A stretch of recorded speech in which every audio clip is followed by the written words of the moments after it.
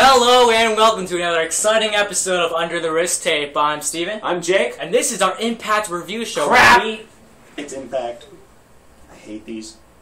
Well, we do have to sit through it. Fair enough. We like to start with a thing called win and fail. So Jake, your win. Easy. Chris Sabin and Austin Aries. They're taking two of the most talented guys in the X Division and throwing them in the ring together. What do you come up with? A stellar match. Yeah, we usually Sabin's with Alex Shelley, but what I've learned is that Alex Shelley might be going to WWE, so they're putting him into singular competitions now to at least get him away from the tag team division, get him ready for singles competition. But that match was excellent. Exactly. They're both great performers, and we saw it. Even though Austin Aries won with a roll-up, like how we don't usually like roll-ups, it was still a fantastic match, and that was my win also. You need to re-emphasize the X Division. Yeah. You need to do it quickly. Yeah. They have everything available for them. Yeah, a guy who we're going to talk about later in the show could have been a great addition. But we'll get to our fail, which is actually what I'm bringing up right now. Our fail. Joey Ryan not getting in for gut check. They bring in Alex Silva, whose debut match or audition match was crap. And then Joey Ryan, who's a great performer. He has a great gimmick. He does it well. Proven reputation. Yeah. But if this is not a work, I'm seriously not watching Impact Wrestling ever again. We'll go back on strike. Yeah. You have seen our strike video. We'll do it again. Part 2. Yeah, oh yeah. It's going to be hectic. Yeah. But yeah, Joey Ryan, proven reputation down in PWG, one of the longest reigning champions they had, won the tag team titles, pretty much ruled the California independent circuit, and he doesn't get in. I know. And then you have Alex Silva, who has, what, maybe like 2 or 3 years? Yeah, he's been in their development program, Ohio Valley Wrestling. But Joey Ryan has been in Ring of King, which is a TNA organization guest, so it has to be at work, right? Right. That'd be the only logical thing.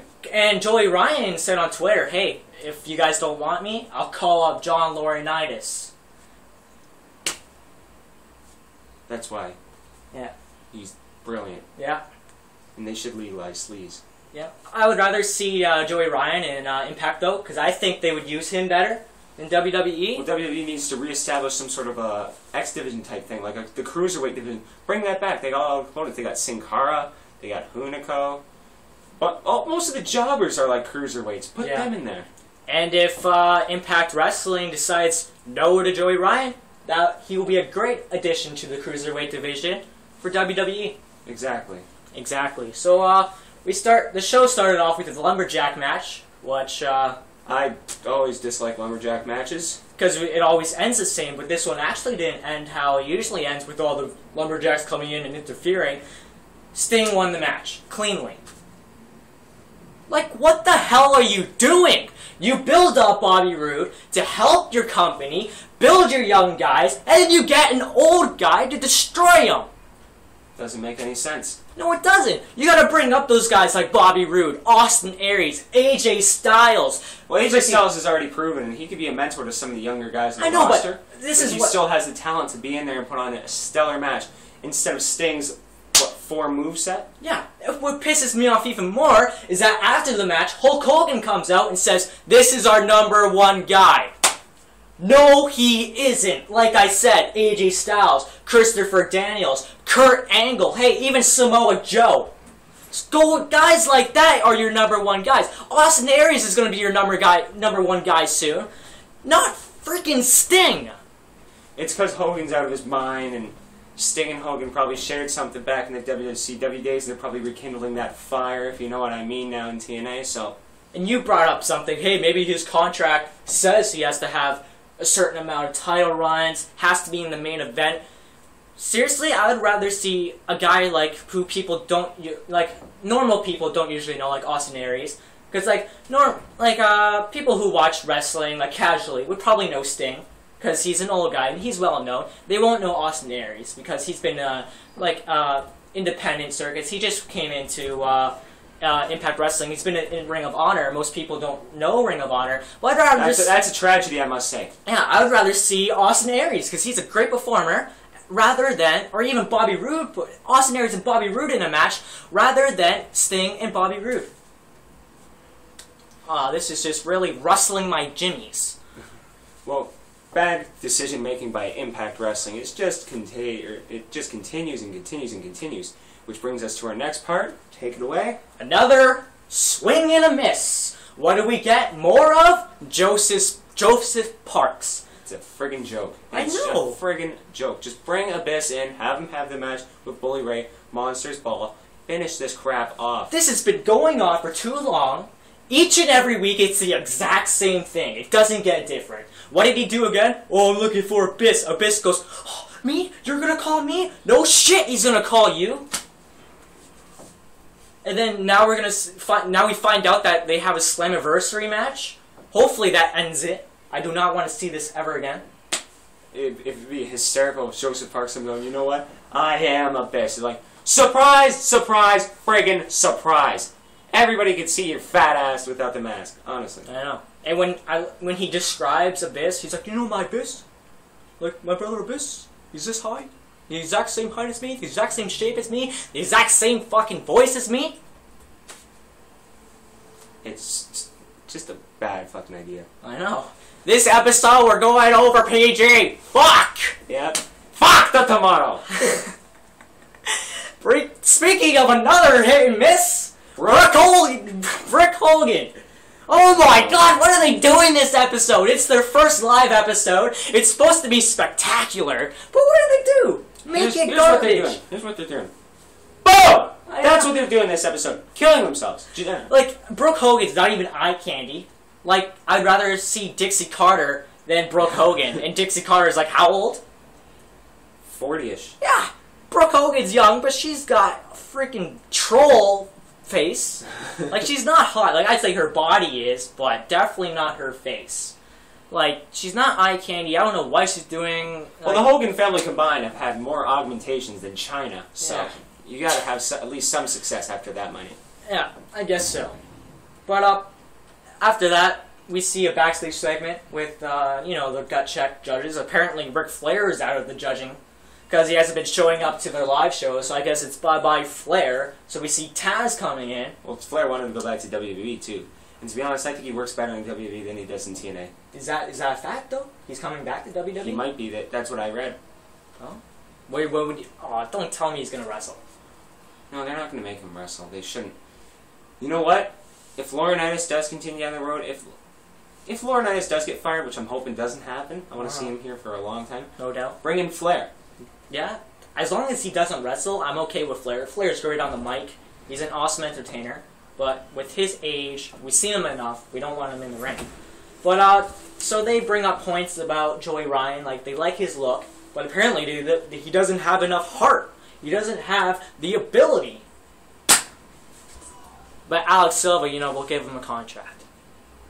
It's a tragedy. Yeah. So, yeah, they say no. Like we said in our fail, they say no to him. Taz and him has been going back and forth. So hopefully that's a feud going on. If it's not, like I said, this is not a PG show. Fuck you, Impact Wrestling. How many percentage of the fan base wanted Joey Ryan? 87%. Let's just go against that. Fucking idiots. That's all I have to say. Fucking idiots. Impact Wrestling. Yeah. So apparently, Devon Dudley has. Hold on. I'm going to say this. The whole gut check idea. How about instead of let's bring and give him a trial match? How would you watch the independent circuit? Watch it closely. Buy a few DVDs every once in a while.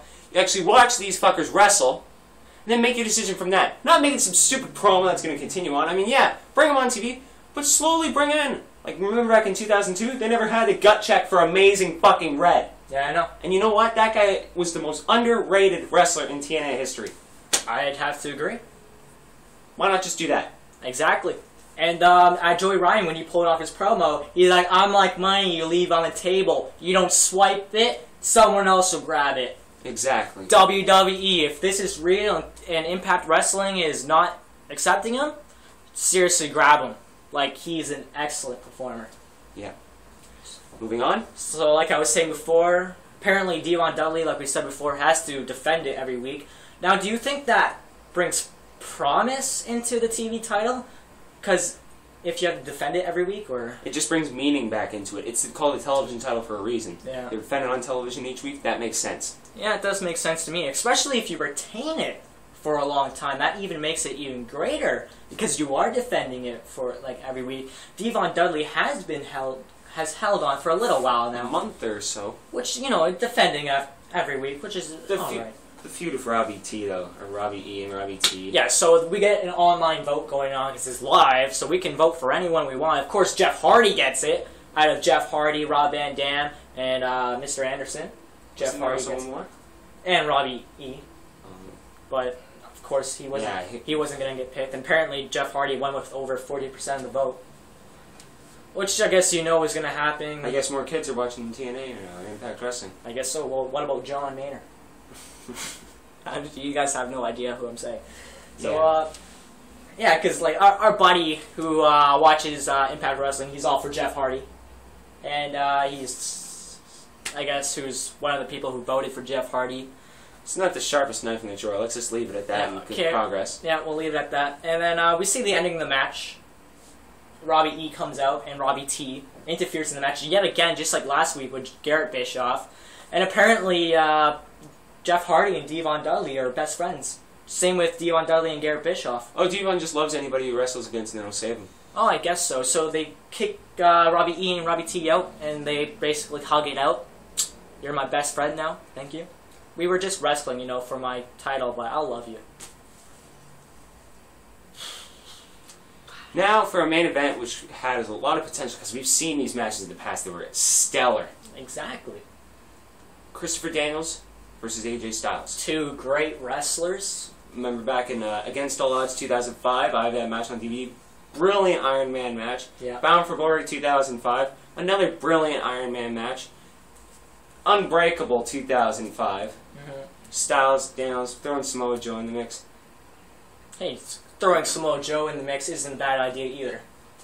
Right. He really needs to trim down. I think he needs to throw some vegetables into his mix. But yeah, Daniels versus Styles. I'll let you handle this one. Yeah, so it was an alright match. We've seen them going back and forth, putting on some great spots. But at the end, of course, it has... No, AJ Styles wins it cleanly. I was going to say Kazarian interferes, but he doesn't interfere until after the match. Which was actually what AJ Styles did, that inverted DDT, like he flipped off the ropes. That was actually a really good move. And I have to say kudos to him. Of course, AJ Styles pulls it off because he's a great performer. Exactly. But we see Kazarian coming out. They beat on AJ Styles, and then Kurt Angle comes out. Apparently, Kurt Angle and AJ Styles now are going to be best friends. Didn't they have a... Remember the Christian Coalition a few years ago, I think? Something like that. They had Christian, AJ Styles, and Tom Cole, and then they merged with the Angle Alliance and all that crap. Yeah. The rebirth. Yeah, I know. Like, yeah, but didn't they just have a match? Yeah. Angle and AJ Styles? I think it's a mutual respect gimmick they're going to play up there. Oh, okay. I just... 2 weeks ago, I wanted to, like, end your life, but right now, you're my best friend. You're my best buddy.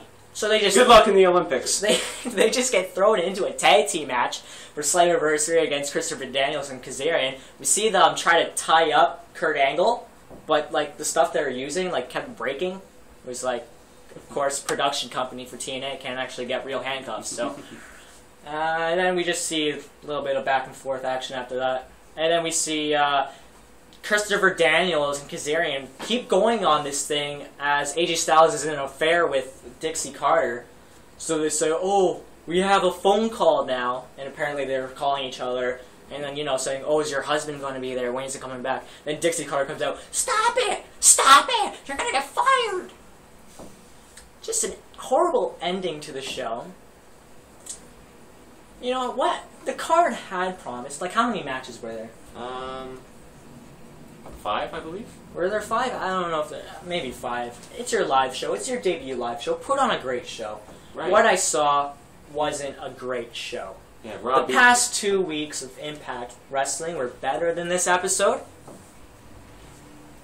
Well, they needed a comeback from their horrendous episode. Yeah, I know. It wasn't as bad as that episode, but it was okay. It was okay. You definitely have to put on a better live show than that. Especially if you're going to debut. Yeah. So I guess that ends the show, and we're gonna ask our buddy biased black guy a question. So Jake, Biased black guy, how long is Devon going to hold on to the television title? Biased black guy? Huh. No, that's a lie. You have a black father and a white mother. You're mixed. How can you say you're black? I'm full black. I'm the real deal. You're a disgrace. who in the heck was that? That was the real biased black guy. Please support Daniel Bryan. Thank you.